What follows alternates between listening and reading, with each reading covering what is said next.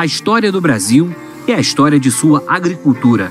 A ocupação territorial foi determinada pelo cultivo e exploração de cana-de-açúcar, tabaco, borracha, café, algodão e pecuária bovina.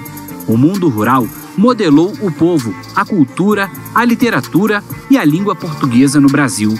Na década de 1970, o Brasil importava feijão, arroz, leite, carnes e diversos alimentos. Em 40 anos, com o desenvolvimento tecnológico e empresarial do agro, o país tem segurança alimentar. O Brasil se tornou um grande produtor e exportador de alimentos, fibras e agroenergia.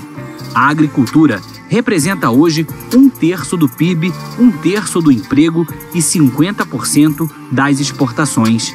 O Brasil é o primeiro exportador mundial de café, açúcar, suco de laranja, soja, milho, algodão, carne bovina, frango, tabaco e celulose. A agricultura é o setor mais dinâmico da economia, mais emprega e paga os melhores salários. Vítima de seu sucesso, a agricultura brasileira é atacada aqui e no exterior. Enfrenta novos desafios, até de ordem geopolítica.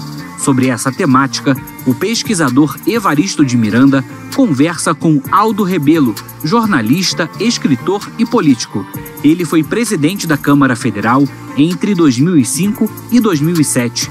Nos governos Lula e Dilma Rousseff, foi ministro da Defesa, da Ciência, Tecnologia e Inovação, do Esporte e da Coordenação Política de Assuntos Institucionais e relator do novo Código Florestal Brasileiro. Olá, bem-vindos ao Brasil Verde, um programa dedicado à sustentabilidade da agropecuária brasileira. E hoje nós vamos conversar com uma pessoa que conhece bem o Brasil e os brasileiros, conhece bem a nossa agricultura e os nossos agricultores, conhece bem os desafios da nossa cidadania e quem são os nossos cidadãos, conhece também bem a política e os nossos políticos. Tem pouca gente assim no Brasil. Nós vamos conversar com o ex-ministro de Ciência e Tecnologia, ex-ministro dos Esportes, ex-ministro da Defesa, ex-presidente da Câmara dos Deputados, com o meu amigo Aldo Rebelo. Bem-vindo ao Brasil Verde, Aldo. Um grande abraço, Evaristo. Revê-lo aqui nessas plagas televisivas. Muito bom, muito obrigado pelo convite. Nesse momento você está onde? Eu estou em Maceió aqui, bem pertinho da praia de Jatiuca. Opa, a Viçosa, aqui. E de Viçosa eu vim aqui visitar minha mãe, que mora em Maceió, e volto para Viçosa amanhã ou depois. Onde você tem um rancho lá, um sítiozinho, né? Tem um rancho ali onde eu me escondo. Pois é. Aldo, antes da gente entrar um pouco nos desafios da nossa agricultura, como é que você está vendo o presente, os desafios dessa agricultura e o futuro dela, inclusive temos aí 2 anos importantes para a agricultura pela frente, né? Muita coisa acontecendo. As pessoas sempre gostam de conhecer melhor os entrevistados. Você é uma figura pública, conhecido, mas nem todo mundo conhece a sua história, né? Você tem uma história muito rica. Você podia contar um pouco para nós, assim, a sua história? Você nasceu onde? Como é que você evoluiu? Qual é a sua história? Evaristo, eu nasci na roça. Eu nasci de parteira. Sou, portanto, uma espécie em extinção no Brasil. Nasci de parteira, aliás, meus irmãos também nasceram de parteira. A minha madrinha, porque aqui a parteira se torna sua madrinha, faleceu há uns 2, 3 anos, madrinha Rosa. Eu acho que ela fez parto de umas 3.000 crianças na história dela. Aí eu fui alfabetizado numa escola rural, lá no município de Viçosa.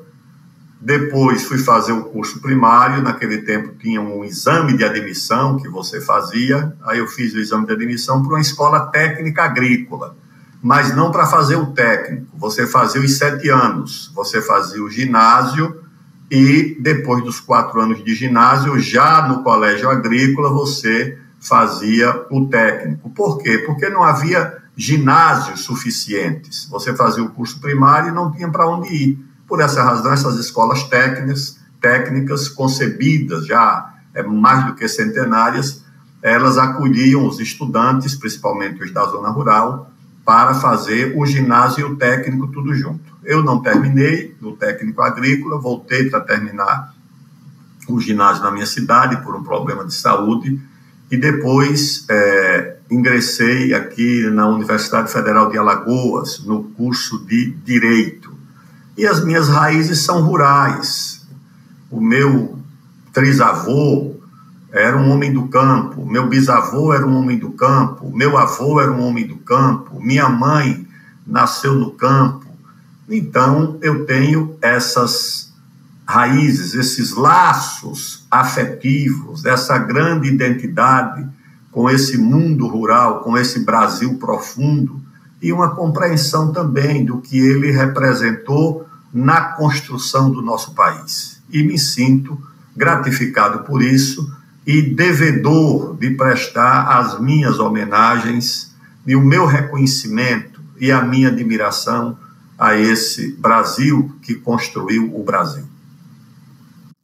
Mas, Aldo, como que você entrou na política? Na universidade você começou a militar na UNE, não é? Como é que é essa história? Olha, eu tenho uma tradição de políticos. O meu trisavô foi senador, foi vereador na minha cidade, foi prefeito, naquele tempo se chamava de intendente. Meu bisavô também foi intendente. Meu pai, embora não tenha tido cargo político e morreu muito jovem, eu tinha apenas 9 anos, mas eu via que ele discutia com as irmãs, com as minhas tias, sobre política nos idos dos anos 60. E no colégio agrícola havia uma ação política efervescente. O colégio tinha uma grande presença de uma organização católica chamada Ação Popular, que tinha um braço, que era a Juventude Estudantil Católica. E essa Juventude Estudantil Católica tinha uma presença muito grande. Então eu, com 11 anos, no colégio agrícola, com 12 anos, acompanhava o mundo da política. Em 68, foi o ano que eu entrei no colégio agrícola, você teve aquelas manifestações do maio de 68, você teve o assassinato do Robert Kennedy, você teve as passeatas do Rio de Janeiro, a projeção de líderes estudantis, um deles alagoano, inclusive, o Vladimir Palmeira, e eu acompanhava isso. Por quê? Porque quando meu pai morreu, que eu fiquei com 9 anos de idade, minha mãe ficou sem nenhum meio. Meu pai estava doente, não tinha trabalho, não tinha emprego, e nós morávamos na casa da minha avó, da mãe do meu pai. E minha mãe foi terminar o curso primário para ver se arrumava um trabalho, depois da morte do meu pai. E nós fomos distribuídos na casa de parentes. Eu fui para a casa de um tio, avô, que era um homem muito ligado à cultura, que lia, que tinha livros, romances, assinava a revista de seleções, assinava o almanaque do Tico-Tico, tinha a revista Realidade, e eu fui influenciado pela curiosidade intelectual desse meu tio, avô, que acompanhava tudo, o noticiário, acompanhava a disputa espacial entre os Estados Unidos e a então União Soviética, e eu tive o hábito da leitura, e mais do que o hábito da leitura, a curiosidade intelectual na casa desse meu tio-avô, que eu fiquei lá até ir para o curso do colégio agrícola, dos 9 aos 12 anos, mas isso é o suficiente para você adquirir, né, uma influência, uma certa formação. E eu acho que devo isso principalmente a esses antepassados que tinham ligação com a política e a esse meu tio-avô. E o meu pai trabalhou com o Teotônio Vilela. O meu pai trabalhava numa fazenda do Teotônio Vilela. E quando meu pai morreu, embora naquele tempo ninguém assinasse carteira de trabalho de ninguém, enquanto minha mãe não arranjou um trabalho, um emprego, o Teotônio continuou pagando o salário do meu pai, ou dando alguma coisa parecida, até que minha mãe arranjou um emprego. E o Teotônio, sempre que chegava no final do ano, ele me dava os livros escolares. Eu levava uma lista dos livros e ele me dava os livros. E estimulava a minha atividade escolar, que eu estudasse. Tanto que, quando eu entrei na faculdade, eu fui para o movimento estudantil, e a primeira passagem para eu viajar ao Brasil numa campanha da UNE foi do Teotônio Vilela. E sempre que tinha um congresso da UNE, ele visitava o congresso e me tratava com muita deferência, me estimulava muito. E os meus professores de ginásio, tinha um padre, que era um latinista, um homem muito culto, e que também nos estimulava a leitura. O meu professor, embora a disciplina hoje seja mal vista, mas era o meu professor de moral e cívica, era um homem também que nos estimulava muito. Quando foi filmado o livro do Graciliano Ramos em Viçosa, São Bernardo, que vieram os artistas, o Otton Bastos, a Isabel Ribeiro, o Leon Hirschman e outros, esse meu professor mandou que nós, meninos de 13, 14 anos, entrevistássemos cada um desses integrantes do elenco do São Bernardo, na cidade de Viçosa, e nós fomos entrevistados. E quando nós nos formamos, o que me marcou foi ele fez um discurso, o professor Romildo é vivo até hoje, traçando o perfil daquela turma, meninos que se formavam no ginásio com 14, 15 anos, e ele dizia: vocês nasceram sob o troar dos canhões da Guerra da Coreia e estão se criando e conhecendo a juventude durante a Guerra do Vietnã. Ou seja, era um homem que, a partir da nossa aldeia, nos descortinava horizontes no mundo e no país. E você depois, quando se elegeu pela primeira vez deputado e terminou presidindo a Câmara dos Deputados, né? Dá para rapidamente resumir esse histórico? Porque é algo improvável. Eu fui vereador por São Paulo, depois me elegi deputado, presidi a Comissão de Relações Exteriores e de Defesa Nacional, mesmo sem o meu partido, que era o PCdoB, ter direito a isso, que era um partido com 8, 10 deputados, não tinha direito a presidir nenhuma comissão. Mas os próprios deputados da comissão, pelo meu desempenho na comissão, pela minha participação na comissão, o partido que tinha sido escolhido, que era o do deputado João Herman Neto, que tinha sido prefeito de Piracicaba, o João Herman, saudoso deputado João Herman, disse: Aldo, ninguém aqui tem mais legitimidade para presidir essa comissão do que você. Eu abdico da comissão para que você possa presidir a comissão. Eu fiz a presidência dessa Comissão de Relações Exteriores e de Defesa Nacional, aliás, onde estava o deputado Bolsonaro, onde estava o deputado Genuíno, numa convivência muito respeitosa, inclusive. Eu lembro de uma vez que nós viajamos para a Amazônia, Varisto, e ficávamos todos hospedados naqueles hotéis de trânsito. E viajava conosco o ex-deputado e jornalista Márcio Moreira Alves. E na delegação estava o Bolsonaro e estava o Genuíno. E quando chegamos no hotel de trânsito, não dava para dormir cada um num apartamento. Tinha que ser 2 por apartamento. E o Bolsonaro e o Genuíno dividiram o mesmo apartamento e dormiram no mesmo quarto, e no outro dia os dois saíram vivos e não houve nenhum risco de vida para nenhum dos dois. É claro que o Bolsonaro disse: mas eu dormi com um olho fechado e outro aberto. Claro, em tom de brincadeira. Mas era uma convivência possível naquela época. Quando teve a crise do mensalão, o presidente Lula, de quem eu era ministro, disse: olha, volte para a Câmara, porque a situação está difícil. Havia risco de CPI, seja o quê, de impeachment, uma confusão, que era o problema do mensalão.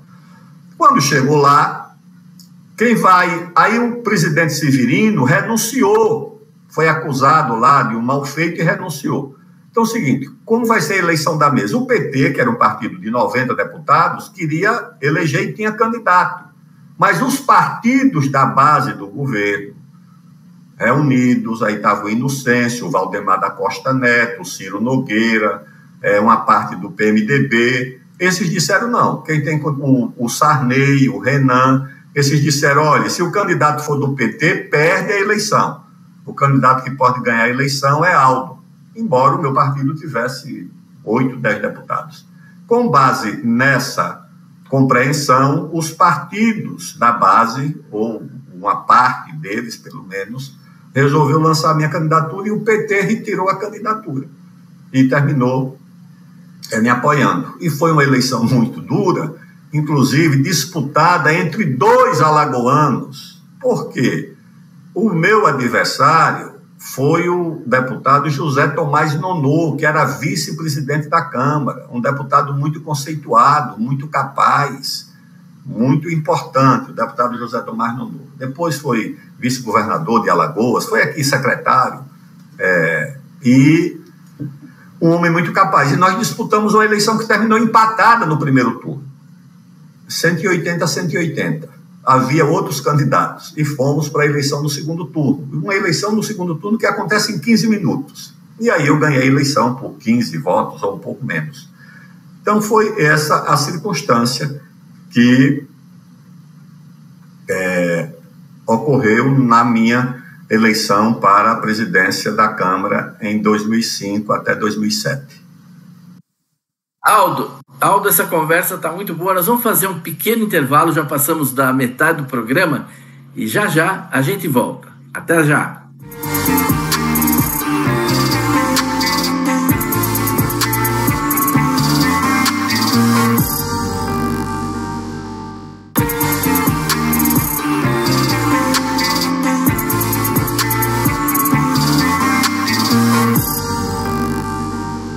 Hoje no Brasil Verde estamos conversando com o ex-deputado, ex-presidente da Câmara, Aldo Rebelo, que foi também quem redigiu, lutou, fez acontecer o Código Florestal Brasileiro. Aldo, conte um pouco para nós como você vê a agricultura brasileira, não é? Muita gente acha que hoje ela adquiriu importância para o país, mas ela tem um vínculo histórico com a própria nação, né, com a Constituição mesmo, até do nosso território. E como é que você vê também o futuro dessa agricultura diante de tantas mudanças, agora acordo com o Mercosul, depois pós-Código Florestal, tanta coisa andando. Dá para abordar um pouco a sua visão desse mundo rural brasileiro? O Evaristo, quando nós estudávamos geografia e história do Brasil, surgia com muita clareza a presença desse mundo rural na construção do país. Nós tínhamos uma disciplina que se chamava geografia, e dentro da geografia tinha uma que era geografia econômica, porque tinha a geografia humana, tinha a geografia da natureza e tinha a geografia econômica. E nós aprendemos os ciclos econômicos do Brasil, a começar do pau-brasil, que é ligado ao mundo rural, que foi o primeiro ciclo. O segundo, que era o do açúcar. Você tinha o ciclo do gado, você teve o do café, você teve o do algodão, você teve todos esses ciclos econômicos, de certa forma, ligados ao mundo rural. E você tem as raízes da formação brasileira na literatura. O que é a literatura do Graciliano Ramos? O que é a literatura do Guimarães Rosa? O que é a literatura do Gaúcho? Jorge Amado? A literatura do Jorge Amado. Toda essa literatura está ligada ao mundo rural, ao campo, os Elins do Rego, com o Menino do Engenho, a música brasileira, o Luiz Gonzaga, o Tonico Tinoco, mesmo a música erudita do Vila Lobos, o Trenzinho Caipira, também tem relação com esse mundo. Então aí você tem a literatura, você tem a música, você tem a culinária, você tem o português falado no Brasil. Os nossos sotaques não foram criados no mundo urbano. Os nossos sotaques, o sotaque do Brasil é também produto da língua portuguesa como é falada no campo brasileiro. Então eu acho que isso precisa ser muito valorizado e reconhecido. Aí você tem a dimensão do trabalho, você tem a dimensão da economia, do comércio, você tem a agricultura como fiadora da balança comercial brasileira. Só o Mato Grosso garante 50% do saldo da balança comercial do Brasil. Você tem a segurança alimentar, você tem a segurança energética, você tem o emprego industrial urbano, porque máquinas, equipamentos agrícolas, insumos,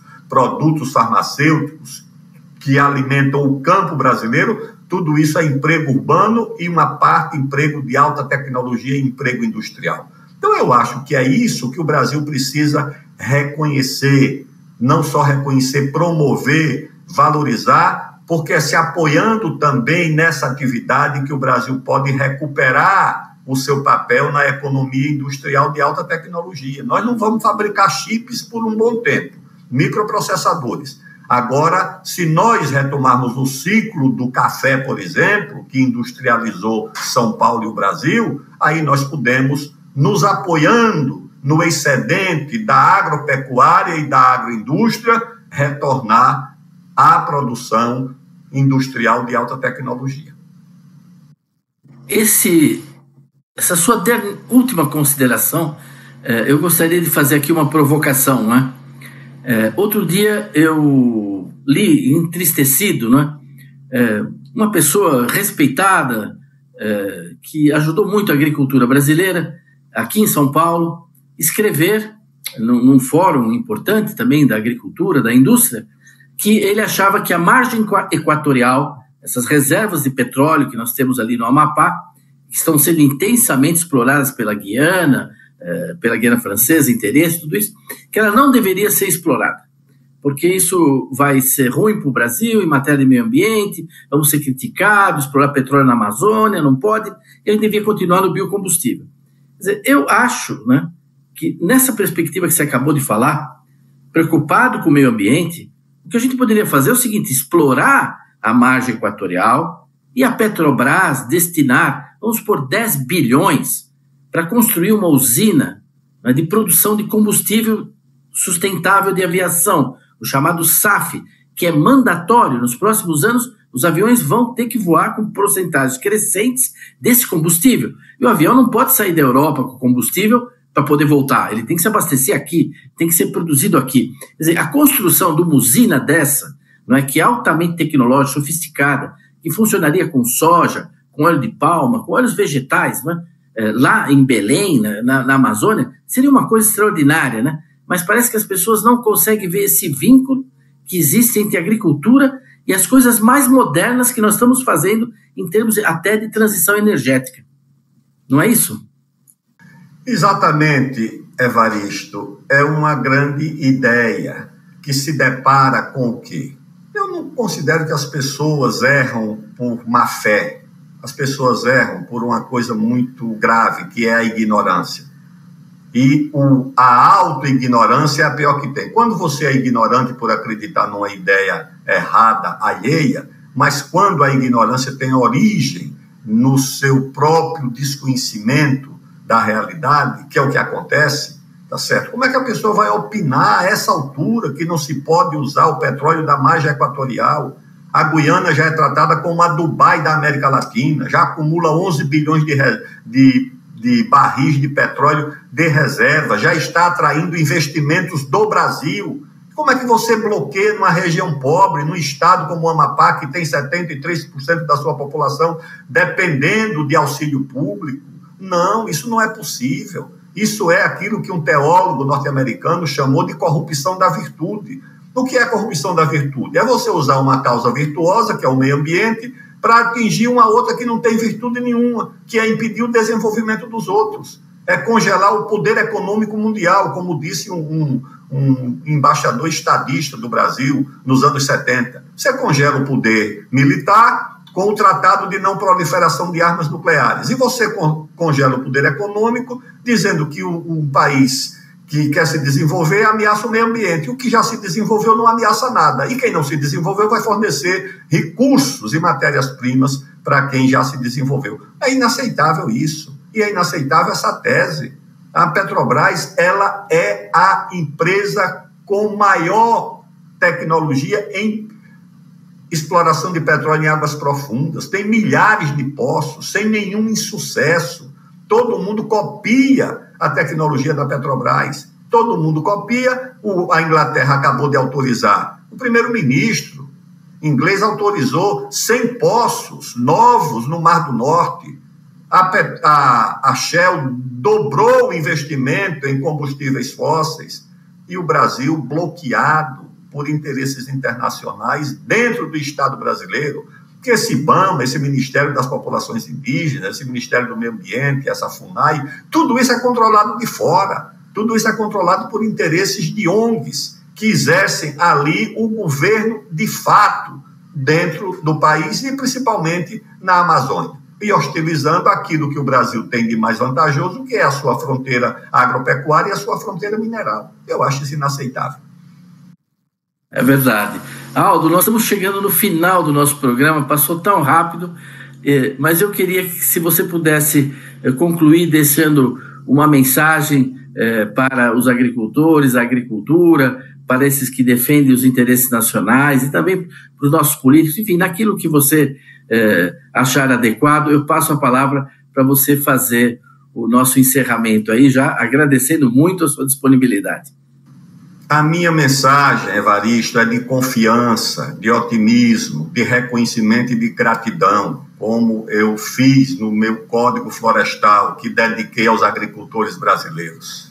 E a agricultura brasileira tem tudo para ampliar ainda mais o seu protagonismo e a sua projeção no mundo como fator de segurança alimentar para o Brasil e para o mundo, porque nós temos os recursos naturais, a terra, a água e o clima. Nós temos um outro segundo fator, que é o conhecimento gerado por instituições de pesquisa, universidades, Embrapa, etc. Conhecimento de agricultura tropical. E nós temos o terceiro fator, que é o fator humano. Nós temos o agricultor. Esse fator humano, no caso da agricultura, você não recruta por concurso. Você pode recrutar por concurso funcionário público, para a prefeitura, para o Estado ou para o governo federal. Por concurso você não recruta o agricultor.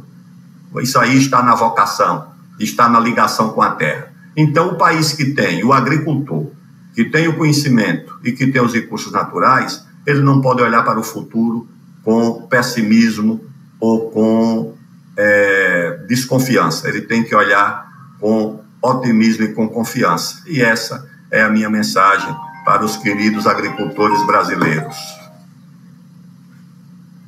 Bem, muito obrigado, Aldo. Agradeço a todos que nos acompanharam até agora e queria convidá-los a estarem conosco de novo a semana que vem para mais um Brasil Verde. Até lá!